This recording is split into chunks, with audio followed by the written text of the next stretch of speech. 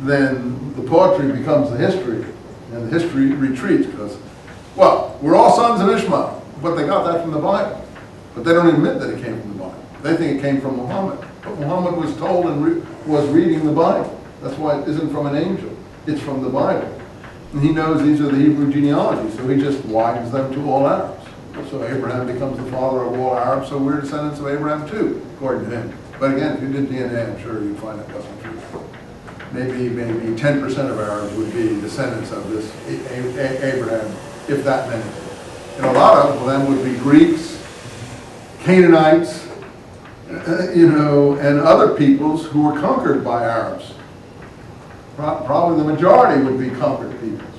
But as your parents are killed and you're taken over by another group and you're assimilated and made part of that group, you forget your parents and your ancestors and you accept the mythology of the conqueror. And so after 4 or 5 generations, like you guys, how many remember your great-grandfather? How many know their great-grandfather? Probably almost no one in this room. You've heard of him, maybe. I don't even know. I mean, I've heard of my great-grandfather, but I don't even know my great-grandmother. I don't know her brothers and sisters. I don't know anything, and I'm living in a literate age. I think the most I can get back to is my mother and some of her cousins and aunts and uncles, and that's about it. That's where it dies. And all those people, it disappear into oblivion. They all evaporate, as we will do, in people's memory. So your memory is actually a very short thing. That's where the genealogists give these stories to try to keep the memory alive. And in the Hebrew genealogists, they're focusing on the group that came down to us, the one that they're us, meaning the people living now in the land of Israel. And they're not so interested in the surrounding people, so they say, oh, some of these are our cousins.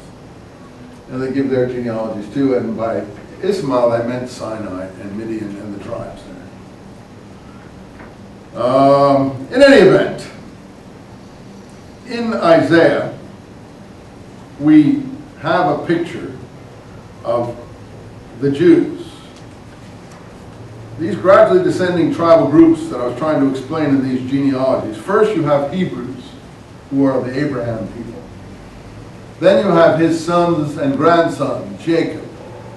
And Jacob gets a name change to Israel, and he has 12 sons. These are the storyteller's view of this. Whether this is true or not, I wouldn't want to bet my life on it. The storytellers told stories to the generations later to flatter them, the way Homer told stories to the descendants of the Greek heroes that he has in his poetic works. Whether they did all these things, whether Odysseus made all those adventures, whether, all the things that happened in the Trojan War are true, or just trying to flatter others, is open to question.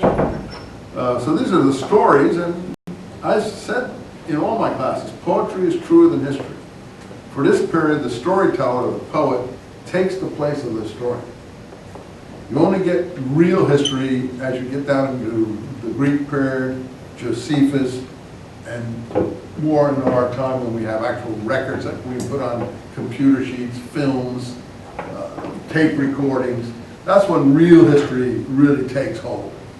You get a good historian here, a good historian there. As I told you, in place of Josephus, what do you have in Mongolia in 850? What? Well, people lived there. They were surviving. But there's no Josephus to illuminate it. And only certain periods in history are illuminated. And that's why the New Testament is so interesting, because it's already in a very illuminated period. Roman writers are writing about it, Josephus was writing about it, and so on. So without the illumination, we know very, very little. In any case, after Hebrews, then you get down to Israel, who becomes Jacob, according to the storyteller. I'm not sure if you will want to rely on that. Jacob becomes Israel, rather. And he gets a new name. And then his sons are the sons of Israel, the Israelites, or the Israelite tribes. And those are the 12 tribes. As we move down, when the Assyrians take over the north, the 10 lost tribes of Israel come into play. That's when the 10 of the tribes evaporate and nobody can follow where they went. Are they still there? Are they the Samaritans who descend from that area? Are they in Afghanistan today? Are they the American Indians? Are they the British Israelites? Who knows? The legend of the 10 lost tribes has gripped people's imagination for centuries. Yeah? So which are the two that remain? That's a good question, because there may be 3 that remain. The problem is the number of tribes, if you read your Bible, it shifts a lot, because Joseph gets a double portion. If you know your Bible, he's so important, Joseph, as the patronymic person of the north, Israel's favorite son, that 2 of his children get land, and they take the place of whom? Levi. That is his bequest of land is withdrawn in favor of his priesthood. So he becomes the priestly tribe, not a land grant tribe, as it were. So when you ask which remained, well, Levi always remained down to the present day. I was laughing with my wife the other day because I went on Google. I was Googling someone to find an agency. Her name of this agency was Barbara Levy. I wanted to find her address. It was in England. I was trying to get an address from her. And up popped our senator from California, Barbara Boxer. And Google said, born Barbara Levy in Brooklyn. So we have a Levite senator here. So, you know, anybody with a name even remotely resembling Levi is claiming descent from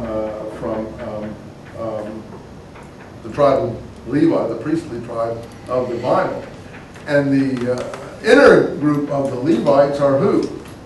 The descendants of Aaron, supposedly, as the Bible presents it, and they're called Cohens. So there's all kinds of people today who claim to be Cohens. Everyone wants to be a Levite or a Cohen. And that's just like, you know, it's no good to be from Issachar or from the tribe of Asher. Who cares about them? They don't have any pizzazz. They don't go anywhere. Everyone wants to be a Cohen. So you have so many Cohens. You have Caan, James Caan, the actor, Kahana, anything to do with something or other will be Cohen of some kind. I think even this guy Kerry, he's a Cohen. That's right. He was originally Cohen. And when he left Czechoslovakia, his granddad looked at the map and said, what would go, let's just